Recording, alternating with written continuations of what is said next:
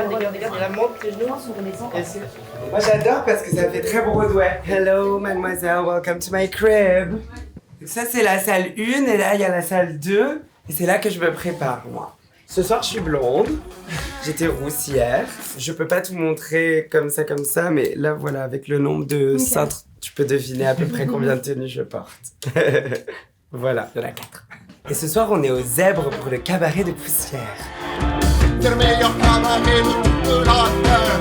Cabaret de Poussière. Mon introduction au cabaret, c'est évidemment avec Cabaret, avec Liza Minnelli. J'étais très obsédée par le film quand j'étais petit. Je m'appelle Martin Dust, je suis le créateur du cabaret de Poussière et je suis actuellement en plein ravalement de façade. Quand tu vas voir un spectacle de cabaret, tu vas voir de la chanson, de la poésie, de la musique, de la danse, un clown. Pour moi, si je me suis retrouvé aussi dans les cabarets, c'est que je voulais pas choisir, tu vois. J'avais pas envie de choisir entre la musique, la danse, le théâtre, la comédie musicale, la révolution. Enfin, j'avais envie de tout faire en même temps, au même endroit. Donc en fait, il y a un truc très riche, fort et du coup aussi très engagé au cabaret de Poussière qui me plaît beaucoup. Et donc cette semaine, il y a Bilal Hassani en artiste invité au cabaret de Poussière. Qu'est-ce que toi tu penses de cette résidence ? Écoute, déjà moi c'est un rêve de gosse. Quand on a fait l'Eurovision, j'étais en primaire, j'en pouvais plus. C'était ça. Sigan. C'était oh là là. Ah.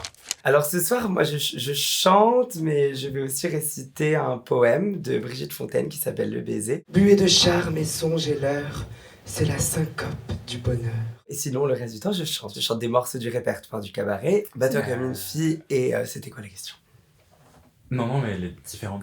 C'est le nom de la chanson, de la deuxième chanson. On est d'accord. Ça le fait à tout le monde, que je perdais la tête. Parce qu'on faisait la répétition à 1h du matin. Voilà, à 1h du matin samedi, puis j'arrêtais pas de lui dire mais en fait, à quel moment tu fais les acrobaties ? J'ai fait Et sur il me c'était quoi la disait, question ? C'était quoi la question ? Et je me disais, oh là là. En fait, on s'est rencontrés, on a discuté, on a fait un vrai workshop pour savoir un petit peu ce que j'allais faire. Je leur avais dit que j'avais la volonté vraiment de m'extraire de ma zone de confort.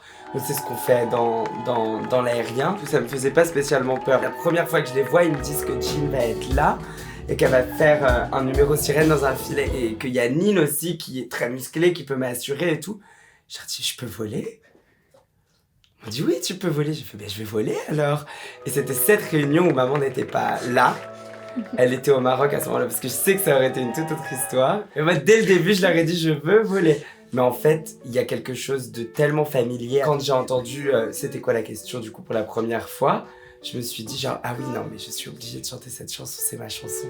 Je n'entends pas les insultes qui sortent des plaques d'écoute.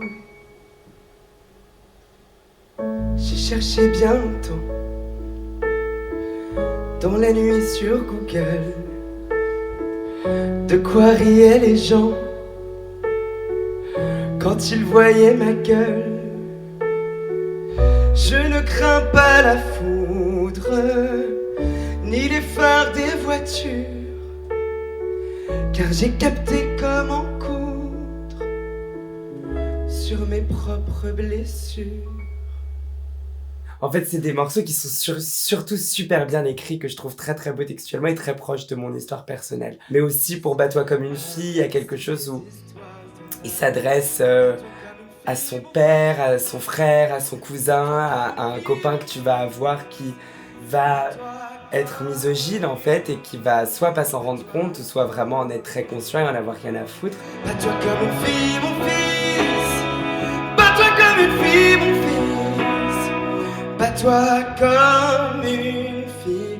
Bats-toi comme une fille. Il y a une vingtaine d'années, on avait Vincent McDoom et Magloire qui étaient assez présents dans les médias, mais qui étaient très présents dans les médias comme étant des blagues. On se foutait de leur gueule, ils étaient là pour rire. C'était un peu des dîners de cons, quoi. On les a invités pour se foutre ouvertement de leur gueule. C'est quand même aberrant, et moi je trouve ça incroyable aujourd'hui, en 2023, d'avoir un jeune à perruque qui débarque comme ça, qui dit oui, avec un nom de garçon, ça va être il, et qui chante mieux que tout le monde, et qui débarque, et vous allez pas rire de moi. Il représente la France à l'Eurovision, il est là, il est présent, il existe, il est légitime. Moi déjà, ça me guérit des plaies, mais inguérissables. Et puis parce que c'est un artiste qui a une sensibilité, qui a une force, qui a une puissance, qui a une grâce, comme on n'en trouve pas souvent en fait. Je ne rentrerai pas. voir le cabaret de Poussière, c'est tous les mois et ça part surtout trop vite. Moi, là, mon public a eu beaucoup de mal à prendre des places. L'an passé, j'avais pris de l'avance pour en avoir. Je vous conseille vraiment d'y aller. Il y a quelque chose de tellement puissant dans les énergies de ce lieu, de ce show. Vous allez en ressortir heureux et changé, mais pour le mieux. Bien, on joue du 17, 18, 19, 20 janvier et vous allez pouvoir voir plein de choses merveilleuses. Donnez votre argent aux artistes, c'est bien.